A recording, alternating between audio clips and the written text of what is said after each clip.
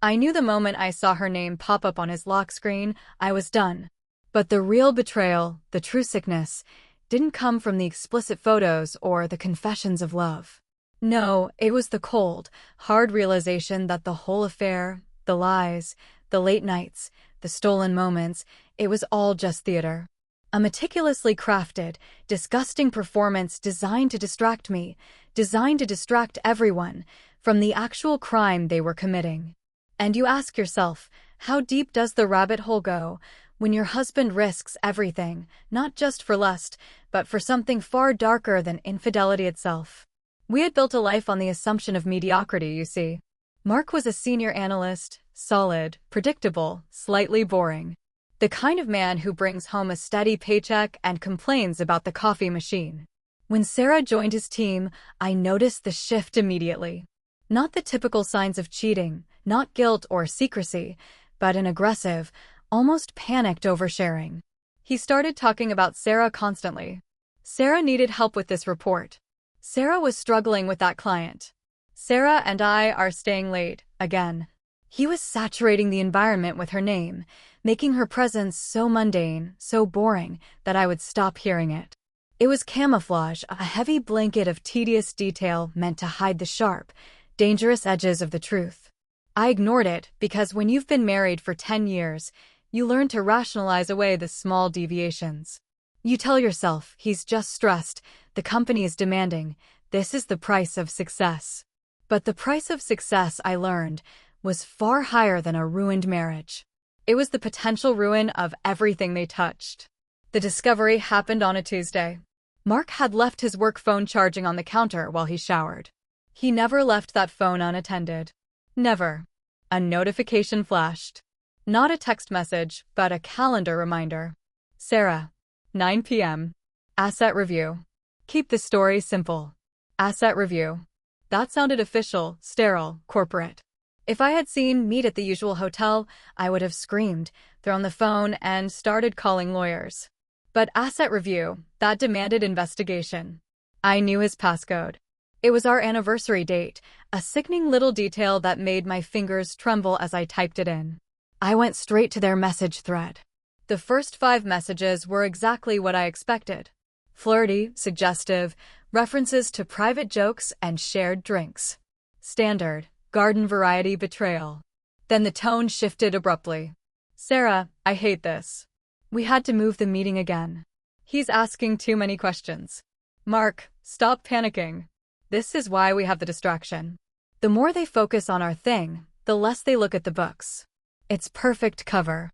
Sarah, it feels too risky. What if she finds out? Mark, let her find out. What's the worst that happens? She gets angry, I move out, we file for divorce. Messy, yes, but legally clean. It keeps us both out of jail, Sarah. Keep the intimacy going. It's our shield. I reread that line 6 times. Keep the intimacy going. It's our shield.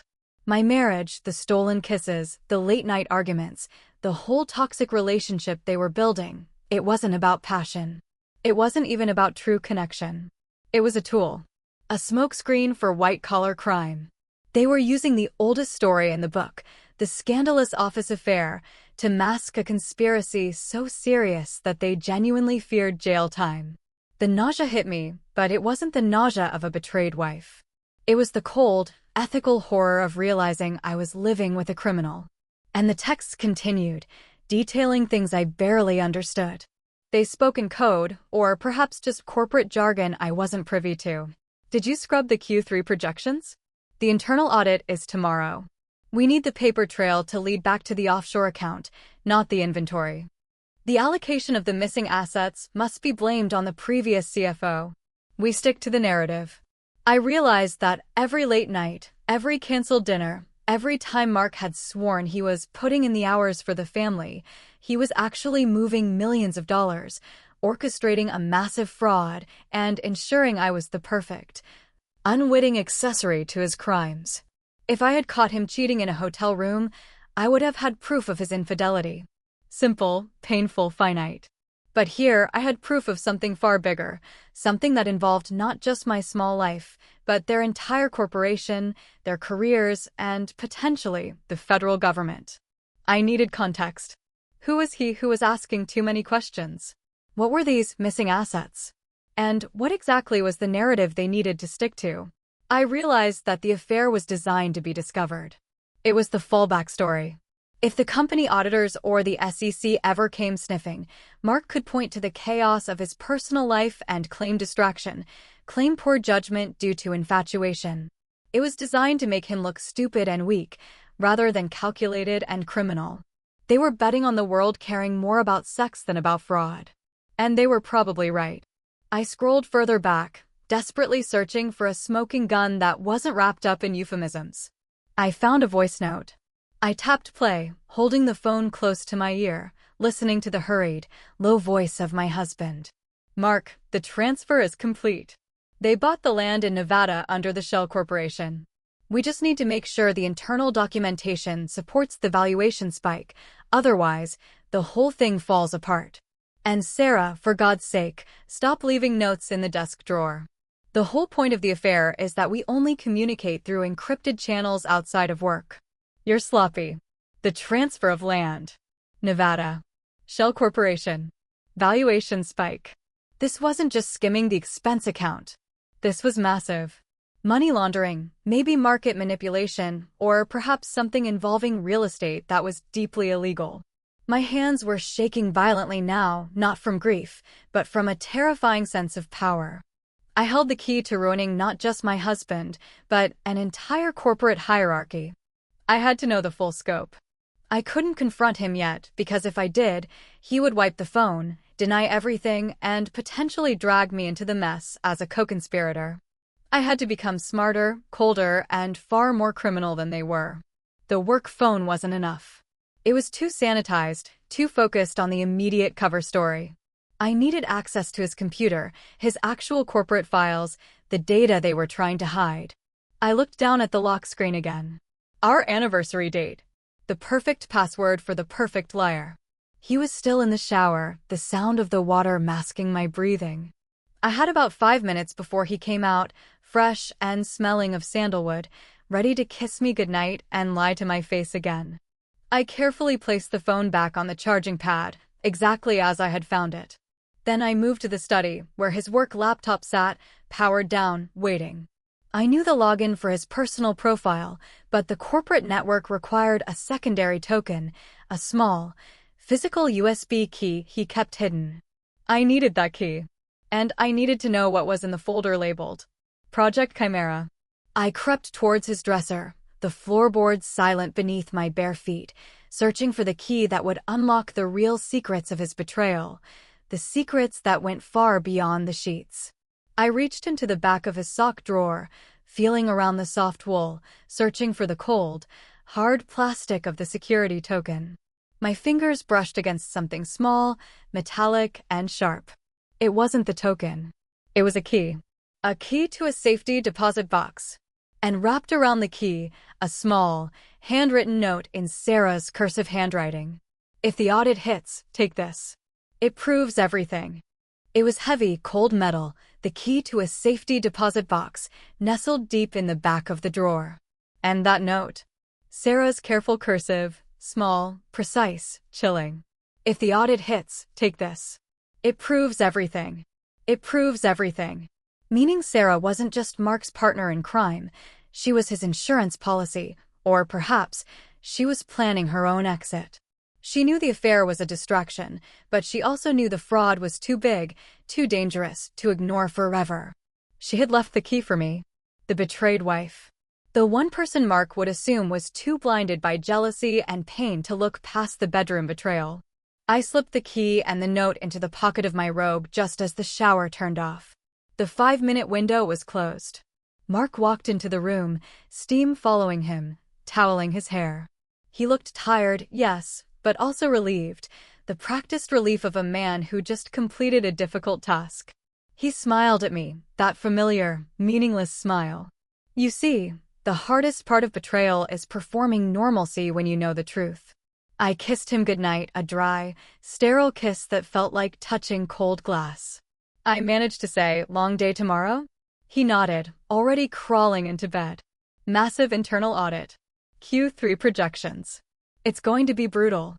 Brutal, I thought, but not for the reasons you think. I waited until I heard the deep, steady rhythm of his sleep, the sound that had once been my comfort, now my clock. At 3 a.m., I was dressed, quiet, and out the door. The bank that held the deposit box was 20 miles away, but it was open 24 hours for premium corporate clients. Mark, the senior analyst, was a premium client. I pulled up to the sterile, brightly lit building. The security guard barely looked up as I presented Mark's corporate access card, which I had taken from his wallet. The woman behind the desk was efficient, professional, and entirely uninterested in my sudden, middle-of-the-night visit. Deposit box 77B, I stated, my voice surprisingly steady. She confirmed the key matched the number. She led me back to the secure vault, a room of polished steel and terrifying silence, and left me alone. I inserted the key. The lock clicked. I pulled open the box. It wasn't filled with diamonds or stacks of cash, the typical spoils of corporate crime.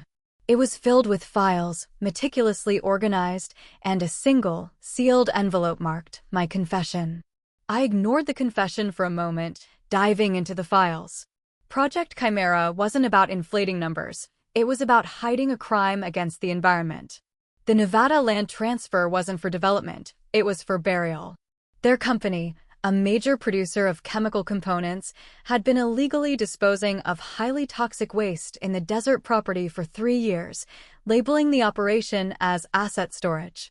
The valuation spike Mark had mentioned in the texts was the fraudulent increase in the land's value, which they needed to justify spending millions on the cleanup, a cleanup that was never intended to happen. They were laundering the money earmarked for environmental remediation and dumping the toxic waste instead. If this came out, it wouldn't just be jail time. It would be an environmental disaster, massive corporate fines, and career annihilation for everyone involved. And then I read Sarah's confession. It wasn't a note about Mark's infidelity. It was a detailed, chronological log of every illegal transfer, every falsified report, and every executive who authorized the crime. But the final paragraph was the one that stopped my heart. She wrote, "Mark and I started the affair because we were told to. We had to ensure we had a distraction, a human element to blame our distracted, accounting on. But the deeper we got, the more I feared him. He wasn't just covering up the crime, he engineered it. He told me that if I ever tried to go to the authorities, he would make sure the evidence pointed to me and that my family would pay the price." Sarah wasn't a willing accomplice. She was a coerced, terrified participant, forced into a fake relationship to provide Mark with a perfect alibi and a scapegoat if the internal audit ever got too close. And the key, that note, it wasn't just proof. It was Sarah's cry for help, her silent plea for someone, anyone, to expose Mark before he destroyed her. I spent the next 2 hours in that vault, photographing every document, every ledger entry, and Sarah's desperate confession. I copied everything onto an encrypted drive I had brought with me.